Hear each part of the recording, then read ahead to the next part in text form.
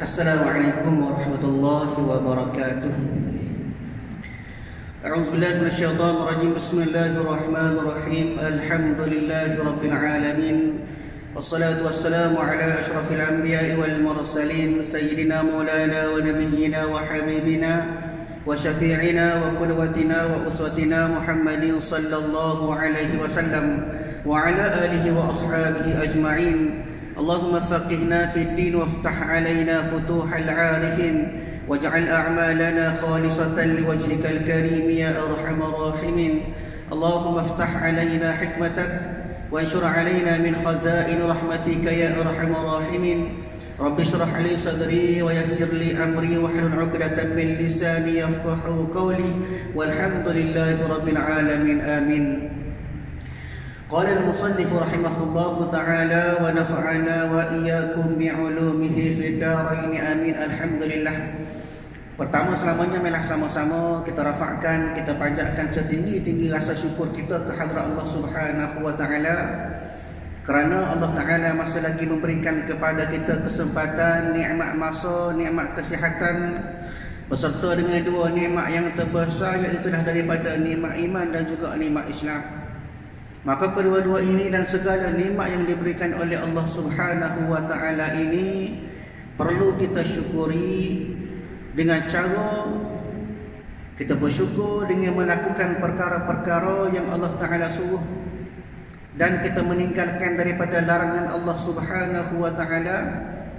Dan itulah sebenarnya sebesar-besar rasa syukur kita kepada Allah Subhanahu wa taala bila mana kita dapat menyempurnakan hak-hak Allah yang perlu kita buat.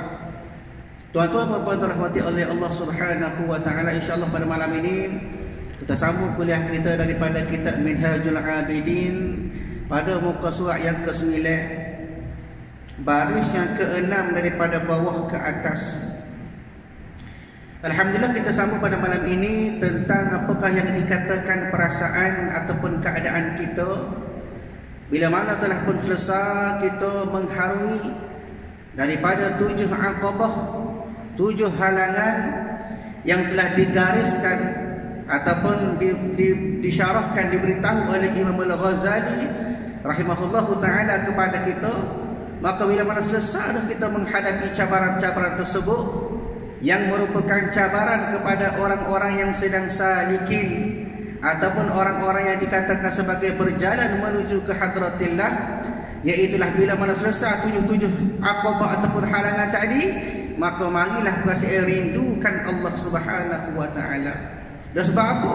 Sebab tak ada halangan-halangan dalam hati dia, halangan-halangan yang boleh mengganggu ibadat dia, halangan-halangan yang boleh menyebabkan dia semakin hari semakin jauh dengan Allah taala. Bahkan dalam keadaan ini hati dia sudah bersih, hati dia sudah bersedia untuk menghadap Allah Subhanahu wa taala. Baik. Maka berkatalah qala al-muallif, maka iaitu bersedap-sedap ia. Jumpa tak? Baik. Maka iaitu bersedap-sedaplah ia, makna kata sedap dia tu lagu mana? Sedap dia dalam ibadah dia. Sedap rasa manis dalam ibadah dia, di dalam nikmat, maknanya nikmat yang dikurnia oleh Allah Subhanahu wa taala kepada dia. Ni maknanya berasa dia syukur buat amal ibadat kepada Allah taala. Ni rasa manis, rasa lazat, rasa syukur, kasih dia akan amal ibadat kepada Allah. Buat tak puas, aju semaya tak puas, ngatik tak puas, ngaji tak puas. Kita mengatik bila 100 rasa ngah dah bingit-bingit ni. Pak lain nak tak kita baru belakang, rajin belakang mengatik. Ayatnya tidak ada rasa lazat manis kita buat amal ibadat kepada Allah. Kenapa? Kerana 7 aqabah, halangan-halangan awal Imam Ghazali sebut pada kita tak selesai lagi. Kalau dah selesai betul-betul kita khalis ataupun kita bersih daripada segala gangguan-gangguan tadi 7 tu, maka hati kita sudah bersih, menyebabkan segala amal ibadat menjadi manis. Tu yang pas semaya nak semaya pula, lepas semaya zuhur bercita-cita tunggu nak semaya asar pula. Ni nak ayatnya bahawasanya perasaan dia rasa gembira, suka boleh menghadap Allah Taala, boleh buat amal ibadat. Bahkan Qala al-ulama rahimahullahu ta'ala, telah berkatalah para ulama kepada kita 5 cara ataupun 5 tip lah bahasa kita lah juga. 5 kaedah lagu mana nak rasa manisnya dalam ibadat kita. Apa dia? Yang pertama, kita kena banyak mujahadah. Dia kena lawan sungguh-sungguh. Dia lawan sungguh-sungguh dengan hawa nafsu kita, dengan dunia. Segala benda-benda yang boleh buat kita berasa malas nak ibadat, kita kena lawan. Dia kena ada perasaan istiqamah dalam amal ibadat kita. Sebab apa? Sebab nak dapat redha Allah Ta'ala, nak dapat manis amal ibadat kepada Allah Ta'ala bukan benda yang mudah. Dia ulama sebut sebagai thaqilatu 'alan nafs, berat atas nafsu. Tu yang jadi payah tu. Dia semaya pun dengan terpaksa. Ni buat amal ibadat bangun pagi pun payah. Ni nak ayatnya ada rasa manis. Nak manis, yang pertama kena lawan sungguh-sungguh. Dia rasa malas, kena lawan. Rasa payah nak bangun tidur, kena lawan, paksa diri kita. Yang pertama. Yang kedua, cara nak dapat manis dengan ibadat, kata ulama rahimahullahu ta'ala, iaitulah apa dia? Menjauhkan diri daripada segala dosa. Jangan buat dosa kepada Allah Ta'ala. Kenapa? Kerana dengan dosa tu boleh menyebabkan kita rasa tidak manis. Dosa tu yang sebenarnya mengganggu kemanisan amal ibadat. Sebab apa? Sebab orang dosa ni, kata ulama, dosa dia tu bila mana dia ulai dosa tidak tanpa ada taubat. Dia buat dosa semua, dia buat maksiat semua, dia buat dosa dengan Allah Ta'ala berlarutan, tapi tidak akan ada tanda taubat, maka payah dia nak rasa manis ibadat. Dia kenapa? Kerana maksiat sudah berada dalam hati dia. Dia maksiat sudah mengganggu perasaan dia manis dalam ibadat. Dia kadang-kadang bila mana contohnya kita kata tengah hari buat maksiat, dosa dengan Allah Ta'ala, dosa mata, dosa tangan, dosa kaki, maka bila malam jadi payah nak buat amal ibadat, nak bangun payah, nak qiyamul lail payah. Kenapa? Kerana kita sudah diberati dengan beban dosa atas hati kita. Jadi caranya kena lawan, menjauhkan diri kita daripada segala dosa. Bu'udun 'anil dhanbi, jauh, jauh daripada segala dosa, baru boleh manis ibadat kita. Yang ketiga ulama sebut gapanya? Menghindari daripada banyak benda-benda yang boleh bawa kepada kebinasaan. Gapanya antaranya? Banyak makan, banyak minum, banyak tidur, banyak kecek. Banyak kecek pun jadi rusak juga. Kecek kat kadang-kadang benda kita berlaku. Kedai kopi kat tanah orang lain, kita yang rumah meja. Tak lain lah bukan tak kita. Yang kalau buat kecek bisa benar. Hebat dia buat kecek-kecek, tapi sebut benda hak sia-sia. Hak tu tak boleh. Manfaat atas dunia, bahkan manfaat atas akhirat. Tak ada gapo-gapo. Ada kecek hak dunia banyak, tidur banyak. Dan juga banyak pandangan-pandangan yang liar. Mata kita tu kena jaga. Inilah sebenarnya benda-benda yang boleh buat jadi hilang rasa manis amal ibadat kepada Allah. Yang keempat ulama sebut nak suruh manis juga ibadat kita. Kita kena istihdar. Buat mari perasaan kita tu. Bila mana kita beribadat kepada Allah, dia mari dalam perasaan kita. Dia bekas dalam hati kita. Buat amal ibadat kerana Allah Ta'ala. Sebut dalam hati buat amal ibadat kerana Allah Ta'ala. Hak kita sebagai seorang hamba menghadap Allah Ta'ala dalam keadaan khusyuk. Dia bahkan hebat Imam Al-Ghazali, dia meletakkan khusyuk dalam rukun solat. Dia kalau kita tak apa tak khusyuk pun. Kadang-kadang duduk semaya dia ingat benda lain lagi. Dengan Allah Ta'ala dah. Mari bahasa hak tidak khusyuk. Dia menyebabkan amal ibadat kita tu tak memberi kesan atas diri kita. Buat amal apa sepatutnya lah orang semaya kita semaya. Tapi perasaannya supaya tak bekah. Kalau selama ni duk main lara kat lara situ, sebab apa? Semaya dia tak boleh menyebabkan dia ni jadi baik. Bagaimana Allah Ta'ala sebut inna salata tanha 'anil fahsya'i wal munkar. Sungguhnya semaya itu boleh cegah daripada benda jahat, benda munkar, benda keji. Pas kita duk semaya semua tapi duk betul duk buat. Dia buat maksiat kepada Allah, lala dengan Allah Ta'ala. Kenapa? Kerana semaya kita tidak sempurna. Dia kadang-kadang dia ambil air semaya itu tak sah. Kita rasa semaya kita bagus, dia ambil air semaya, dia wuduk kita tak selesai dah. Dia maknanya kena jaga semua tu. Jaga ahwa ataupun keadaan semaya kita. Jaga hati kita masa semaya, biar mari pasal hadir dalam hati kita setiap kali amal ibadat kita kepada Allah Ta'ala, biar mari Allah Ta'ala semata-mata. Bagaimana kita baca dalam doa iftitah, inna salati wa nusuki wa mahyaya wa mamati lillahi rabbil alamin. Ada sungguhnya ibadatku, ada hidup aku, matiku, semuanya kerana Allah Ta'ala. Dalam doa iftitah kita sebut, tapi tak ada apa-apa. Hati kita di tengah semaya masuk rakaat kedua kona. Di tempat lain tempat kita bagus, khusyuk, alhamdulillah. Nah, ayatnya dia kita mari pasal kita bila buat amal ibadat, dia mari pasal kerana Allah Ta'ala. Dia jangan kerana manusia. Jangan mari pasal hak selain daripada Allah Ta'ala. Semasa kita beribadat kepada Allah, barulah ada rasa manis ibadat kita kepada Allah. Yang kelima kata ulama, bagaimana nak manis juga, meyakinkan diri kita bahawa Allah Ta'ala akan balas setiap ibadat yang kita buat. Buat amal ibadat kita pasti ada ganjaran Allah Ta'ala cetak pada kita. Buat amal ibadat ni kerana Allah Ta'ala, bila buat kerana Allah Ta'ala, maka Tuhan akan beri selalu. Tuhan akan cetak pada kita berdasarkan kepada semua yang Allah cerita dalam Quran. Balasan-balasan baik bagi mereka-mereka yang beribadat kepada Allah Ta'ala. Tapi naknya biar mari perasaan kita tu rasa seronok buat amal ibadat. Di maknanya orang-orang dalam keadaan ini, bila mana hati dia hampir dengan Allah Ta'ala, hati dia dekat dengan Allah Ta'ala, maka akan rasa hadirnya rasa manis dalam ibadat. Sebab tu dia kata tadi, maka bersedak-sedak ia dalam ibadat. Sukalah buat amal ibadat. Dia suka buat amal ibadat, tak puas di dalam nikmat. Lagu mana? Di dalam kelakuannya, maknanya hal keadaan dia tu, keadaan lagu mana?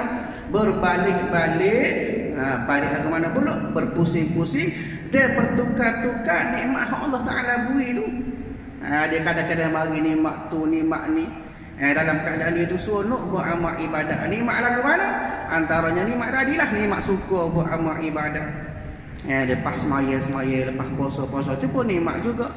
Diberikan oleh Allah Ta'ala kepada mereka yang suka, dikurnia rasa suka, gembira buat amal ibadat kepada Allah Ta'ala di dalam kesukaan baiknya. Maknanya atas sebab dia suka, atas kesempurnaan nikmat Allah Ta'ala beri atas dunia. Atas dunia suka dah buat amal ibadat, boleh nikmat Allah Ta'ala di dalam beberapa hari. Maknanya atas dunia agak, bila sebut atas dunia agak sebentar je lah. Maksudnya di dalam beberapa hari itu, maknanya atas qadar nisbah duduk atas dunia sebentar aja jika nak banding dengan hari akhirat. Dunia ni sebentar ya. Dia sebentar saja atas dunia. Bahkan Allah Subhanahu wa Ta'ala sebut dalam Quran, antaranya surah Ghafir, Allah Ta'ala kata gano.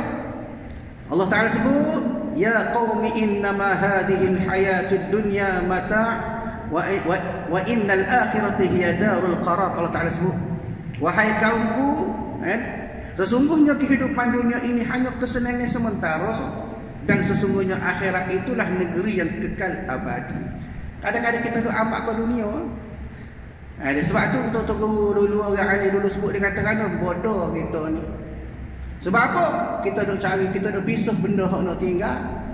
Hak nak bawa kiri, kita tak kira, kita tak fikir. Allahu Rabbi dia. Duk ralik terpedaya kita di dunia kena tipu dah. Lah ada gos kargo kita nak bawa menuju ke hari akhirat nanti. Rugilah kita. Ni. Bahkan Allah Ta'ala sebut juga dalam surah lain, surah Al-A'la, wal akhiratu khairun wa abqa. Padahal kehidupan akhirat lebih baik dan lebih kekal. Aje sampai bila-bila lah. Abadan abidina. Sampai bila-bila. Nah, ayatnya atas dunia boleh nikmat buat amal ibadat kepada Allah Ta'ala pun rasa suka dah. Gembira dah, walaupun nikmat atas dunia ni sebentar sahaja, nak banding dengan nikmat hak Tuhan beri dalam akhirat nanti. Lagu mana pula tu? Tinggalnya, makna tinggal atas dunia tu lah hak Tuhan beri atas dunia tu. Ni. Dan selama-lama umurnya, iaitulah dia dapat nikmat atas dunia sebelum dia mati tadi tu. Lagu mana? Dengan tubuh di dunia dan hati di dalam uqbah. Maknanya tubuh tu atas dunia, Jasad dia tu di atas dunia, tetapi hati dia di dalam uqbah. Lagu mana uqbah? Iaitulah dia rindu, dia kasih nak bertemu dengan Allah Subhanahu wa taala. Ini orang-orang yang berasa suka atas amal ibadah. Dia berasa mati, berasa nak jumpa dengan Allah taala. Gembira nak jumpa dengan Allah taala, berasa sangat-sangat nak jumpa dengan Allah taala. Kita maknanya kalau kita agak jauh lagi lah. Syarat sebab apa? Sebab nak jumpa dengan Allah taala kena mati dulu baru jumpa dengan Allah taala. Kita punya mati takut. Sebab itu ulama sufi rahimahullah taala sebut antara kisah dia katakan, dia kata kalaulah mati itu ada dijual di pasar, maka akulah orang mula-mula pergi beli. Ini orang sufi, orang hebat. Sebab apa? Sebab dia sudah tak sabar nak jumpa dengan Allah taala. Rindu dia nak jumpa dengan Allah taala. Dia maknanya dalam hati ada perasaan dia uqbah, rindu kepada Allah taala. Walaupun jasad di atas dunia, tubuh badan di atas dunia, dia rasa nikmat Tuhan beri, tapi dia dalam hati dia hanya ada Allah taala. Dia ma fi qalbi ghairullah. Tidak ada dalam hati dia, dalam perasaan dia kecuali Allah Subhanahu wa taala semata-mata. Dia maknanya dalam keadaan hati dia itu di dalam keadaan uqbah, iaitu di akhirat, nak jumpa, rindu dia pada hari akhirat sebab nak jumpa dengan Allah taala. Dan menanti barit hari maka satu hari. Maknanya dalam keadaan dia gembira nak jumpa dengan Allah taala itu, dia tunggu sehari demi sehari. Dia saat maka satu saat, duk tunggu satu saat demi satu saat. Nak ayatnya tak sabar berdoa. Duk tunggu, pas tunggu. Kenapa? Rindu nak jumpa dengan Allah taala. Hingga jemu ia. Sebab apa jemu tu? Kerana dia sudah rasa puas dah dia. Dia rasa boring dah dia atas dunia ni, rasa bermuamalah dengan manusia tu berasa tak sir. Akan sekalian makhluk, maknanya daripada segala makhluk tu berasa tak sir jumpa dah. Sebab apa? Nak jumpa dengan Allah taala. Ini orang hebat.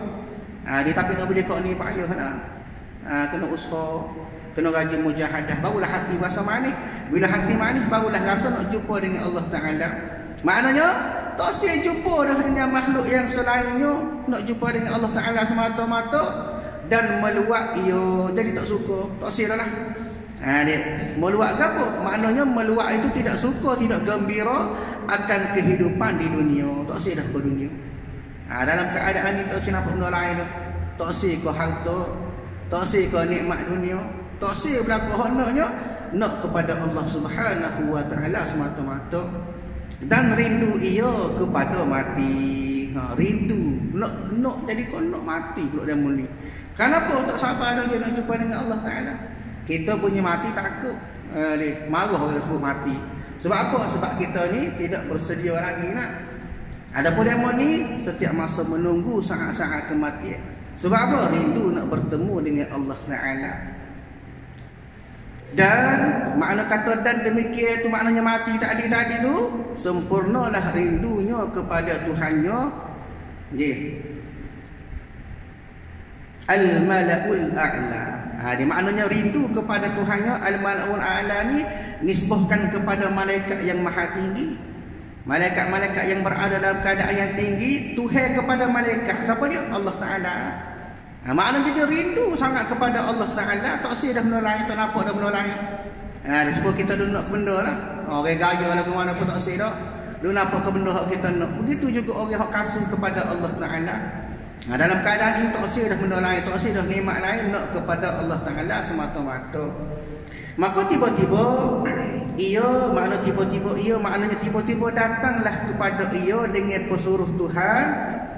Siapa dia pesuruh Tuhan tu? Rabbul Alamin. Maknanya mari kepada dia. Siapa dia? Pesuruh Allah Ta'ala tu, iaitulah malaikat maut lah. Datangnya Israel kepada dia.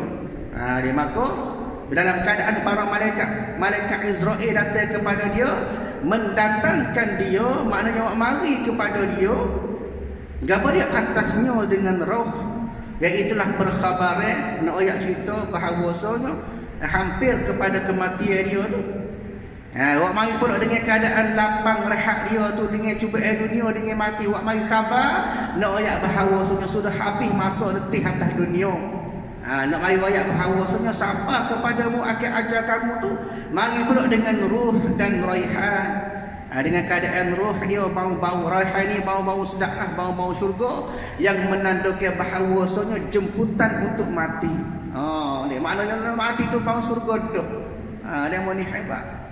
Malaikat maut mari dengan keadaan wak mari gambar yang bau-bau syurga dah. Siapa dia ni? Kepada mereka hak kasih kepada Allah Taala tadi. Dia mari bau-bau raihan, bau-bau syurga, nak ayat bahawa seolah-olah jemput dia tu, mempersilakan dia tu untuk menghadap Allah Taala. Ini orang special. Sebab apa? Sebab hati dia ni tak ada benda lain. Di hati dia nak kepada Allah Ta'ala tu, maka malaikat maut ni mari dengan keadaan bau-bauan syurga. Ni royak bahawa Allah Ta'ala jemput dah mu ni nak menghadap Allah Ta'ala, hak muda nak, hak muda kasih tu. Ni keadaan orang-orang yang malaikat maut ni berbeza atas kita. Kadang-kadang setengah orang punya malaikat maut takut. Kenapa? Kerana malaikat maut tidak adalah tugas dia kecuali cabut nyawa. Dia Israel nama dia. Bahkan ulama sebut, antaranya juga Allah Ta'ala sebut dalam Quran, dalam surah Yunus, kata Allah Subhanahu wa Ta'ala tugas dia apa dia? Huwa yuhyi wa yumitu wa ilaihi turja'un. Ini tugas malaikat Israel.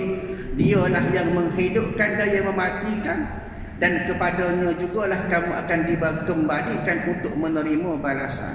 Maknanya Allah Ta'ala tawakil malaikat Israel kepada kita, cabut nyawa kita. Dia nak ayatnya tugas dia duduk. Dia nak ayat bahawasanya inilah yang dikatakan sebagai tugas malaikat Israel. Bahkan disebut juga surah Al-An'am, Allah Ta'ala sebut wa huwal qahir fawqa ibadihi wa yursilu alaikum hafazatan hatta idza jaa ahadakumul maut tawaffathu rusulana wa hum la yufratun. Dan dialah yang berkuasa atas sekalian hamba-Nya, dan ia mengutuskan kepada kamu pengawal-pengawal, iaitulah malaikat, hinggalah sampai kepada ajal kamu, sehingga salah seorang di antara kamu lalu diambil nyawa oleh utusan kami, iaitu malaikat Israel tadi. Sedangkan mereka pula, malaikat itu tidak jual dalam tugas dia. Bila mari malaikat Israel, maka berbeza keadaan. Ada kadang-kadang dia mari dalam keadaan kita ni takut. Ni malaikat Israel ni mari ni kita tak tahu pun. Tapi bagi orang kasih kepada Allah Ta'ala, walaupun tak tahu, dia sentiasa menanti-nanti bila lah malaikat nak cabut nyawa aku. Dia menanti-nanti, menunggu-nunggu, tak sabar nak jumpa dengan Allah Ta'ala. Buat mari pula dengan ruh dan raihan, bau-bau syurga. Dan kesukaan, makna kesukaan tu lagu mana? Kesukaan tu kesukaan bagi dia lah. Suka dia boleh mati. Sebab apa? Boleh jumpa dengan Allah Ta'ala. Dan ridwan maknanya dengan keredaan Allah Ta'ala, meninggal dunia dalam keadaan Allah Ta'ala redha. Tak ada lah waktu sebaik-baik. Kita pun kalau boleh biar Allah Ta'ala redha dengan kematian kita, dikatakan sebagai husnul khatimah, kesudahan yang baik. Biar dalam keadaan itu, maknanya kita mati meninggal dalam keadaan Allah Ta'ala redha, semua redha dengan kita. Ni dok kadang-kadang mati pun dengan keadaan masalah dengan orang, tak kira lah, hotel orang tu, hotel orang ni, masalah orang tu, masalah orang ni. Maknanya dia kita dalam keadaan Allah Ta'ala tak redha. Sebab apa? Banyak masalah dia. Tu tak kira lagi dengan Allah Ta'ala, dengan makhluk pun masalah banyak. Jadi tak silah lagi tu, kalau boleh biar kita mati biar dalam redha Allah Subhanahu wa Ta'ala. Dia ridwan daripada Tuhan, maknanya redha daripada Allah Ta'ala lah. Yang redha tiada marah. Bukan setakat redha, bahkan tidak ada kemurkaan daripada Allah Subhanahu wa Ta'ala atas dia tu. Maka dijumpa ia akan dia. Maka dijumpa ia akan dia, maknanya dibawa akan orang tersebut berjumpa dengan dia, jumpa dengan Allah Subhanahu wa Ta'ala. Ini yang paling gembira. Suka nikmat kita bila boleh jumpa dengan Allah Ta'ala. Bahkan kata ulama rahimahullah Ta'ala, itulah yang dikatakan sebagai sebesar-besar nikmat dalam syurga. Dalam syurga ni banyak dah nikmat tu riwayat kita, gambaran oleh para ulama besar nikmat syurga ni. Tapi sahabat-sahabat sebesar-besar nikmat syurga boleh tengok Allah Ta'ala. Bagaimana Allah Ta'ala sebut, wujuhu yawma idzin nadhirah ila rabbiha nazirah. Allah Ta'ala sebut pada hari akhirat itu, maka muka orang-orang beriman dalam keadaan berseri-seri melihat kepada wajah Tuhannya. Boleh tengok Allah Ta'ala. Tapi berbeza lah, setengah orang boleh tengok sekali-sekali, boleh tengok Allah Ta'ala. Setengah orang sebulan sekali, setengah orang setiap saat. Bergantung kepada taqarrub dia dengan Allah Ta'ala, sejauh mana dekat dia tu dengan Allah Ta'ala. Kalau jauh tak, boleh tengok jari-jari aja lah. Takutnya sekali dari syurga tu sekali boleh tengok Allah Ta'ala. Sebab apa? Jauh daripada Allah Ta'ala. Sebab tu atas dunia kita kacau, kita usaha biar dekat dengan Allah Ta'ala. Bahkan Allah Ta'ala bahkan juga disebut bahawasanya antaranya Allah Ta'ala sebut dalam surah Yunus, lilladzina ahsanul husna wa ziyadah. Dan orang-orang yang berusaha menjadikan amalannya baik, maka akan dikurniakan segala kebaikan serta satu tambahan yang mulia. Apa tambahan itu? Allah Ta'ala bagi tengok wajah dia. Dia mulia. Dia diberikan kemuliaan kepada mereka-mereka yang berusaha nak jadi baik. Dia nak jadi baik mana atas sebab nak menjadikan segala amal dia itu semakin baik. Bahkan hadis Nabi daripada Syuhaib radhiyallahu anhu sebut, satu ketika Nabi katakan, idza dakhala ahlul jannah al-jannah qala yaqulullah tabaraka wa ta'ala turiduna syai'an azidukum fayaquluna alam tubayyid wujuhana alam tudkhilana al-jannah wa nunjina minan nar qala fayakshifu al-hijab fama a'tu syai'an ahabbu ilaihim minan nadhari ila rabbihim azza wa jalla. Maksudnya bila mana seorang ahli syurga masuk syurga, bila mana kita boleh masuk syurga esok-esok, maka Allah Ta'ala berkata lagu mana, apakah kamu nak tengok aku tambahkan lagi nikmat kepada kamu? Nak kau takkan aku beri nikmat lagi? Masuk syurga tu boleh nikmat ada, tapi Allah Ta'ala tanya pula, nak kau tak aku beri nikmat lagi? Maka mereka berkata, tidakkah engkau telah memutihkan wajah-wajah kami? Dia tak puas hati lagi kau. Masuk syurga kita jadi cerah, kulit kita jadi bersih, putih, berseri. Tidaklah juga engkau telah memasukkan kami dalam syurga dan menyelamatkan daripada kami daripada api neraka. Nikmat dah. Ada nikmat jadi muka berseri-seri, nikmat boleh masuk syurga, nikmat boleh keluar daripada api neraka. Maka Allah Ta'ala katakan pula, maka Allah Ta'ala membuka hijab dia tu dan menampakkan dirinya, dan tidaklah mereka itu diberikan sesuatu yang lebih mereka cinta berbanding nikmat melihat Tuhan mereka azza wa jalla. Maknanya nikmat tengok Allah Ta'ala ni lebih daripada segala nikmat-nikmat lain. Walaupun surga hebat dia nikmat ni. Nikmat ni atas syurga, dalam syurga tu tak seluruh lah.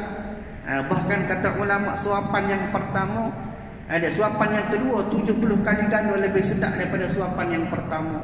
Kita makan mula-mula dari syurga, suap kali kedua sedap 70 kali daripada suapan yang pertama. Begitulah.